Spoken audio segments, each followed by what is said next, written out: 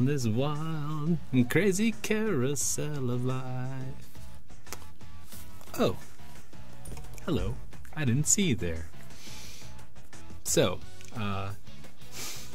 thank you for joining us. I'm John Hardin, the PR manager for Atlus USA. And if you were paying attention on our Facebook last couple of weeks, we asked you to send in some questions about Persona Q. And I took some of those questions and hopefully answered a lot of them. So yeah, let's get started. First big question that we kept seeing was, I saw in some gameplay videos, characters are using personas that weren't theirs. Could you explain what's going on? Are they all wildcards now? Short answer to this is yes. Whether you pick the P3 or P4 side to start with, you quickly learn that something is up with the wild card, and now every cast member can equip a sub-persona. It happens fairly early too, so you'll find out within the first dungeon.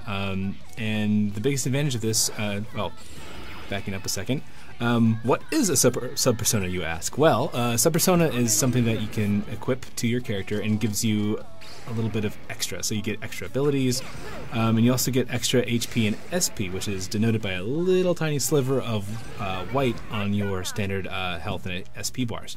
A lot of people were asking what combat's like. It is, in fact, full control. It's not like Persona 3, where the non-main characters would do their own thing. You give commands to every single person in your party.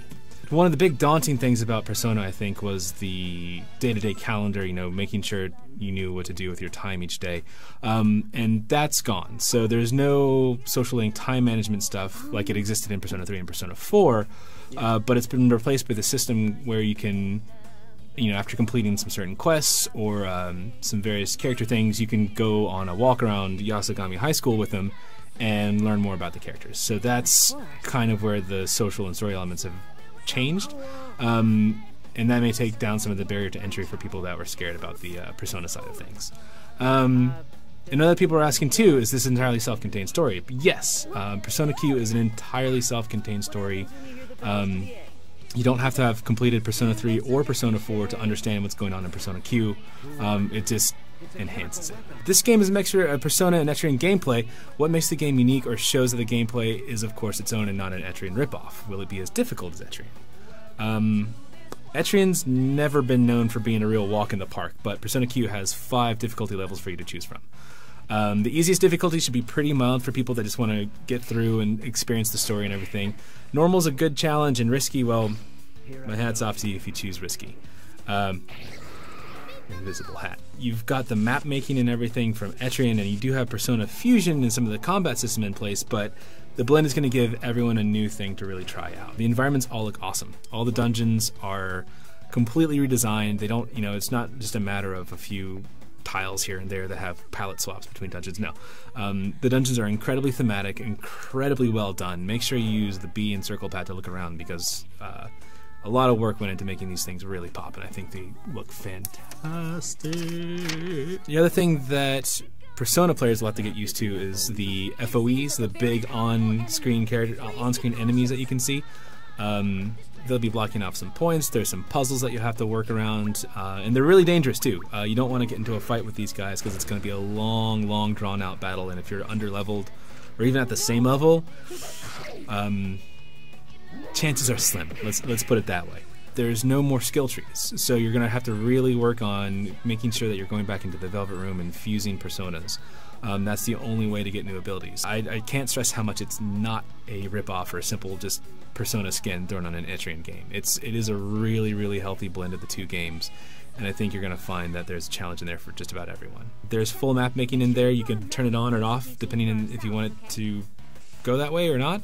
I think it's part of the charm of Etrian and love it in Persona Q. But if you don't like drawing, don't like map making, not that old school D&D kind of stuff, it's totally fine. You can turn on auto mapping and have it taken care of. Where in the timeline does Persona Q lie?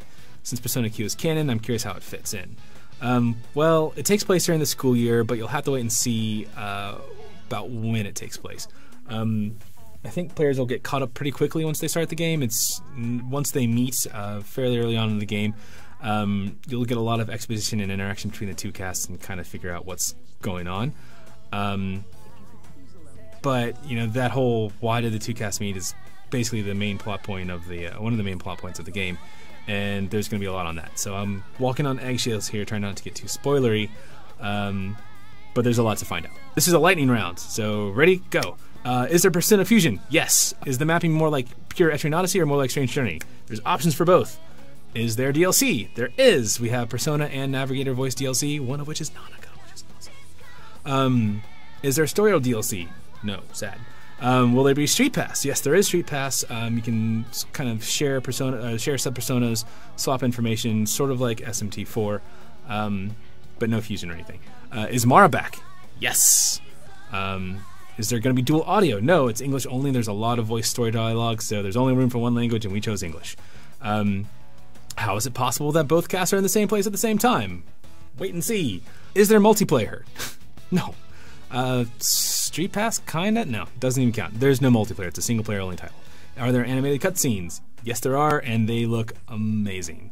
And finally, are there specialized team attacks? Sort of. There's the all-out attacks from Persona 4 and 3.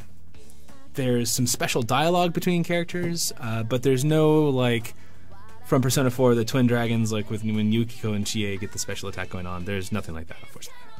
There you have it. Hope that answers all or most of your questions. If not, game comes out November 25th, and you can answer the questions for yourself. See you later.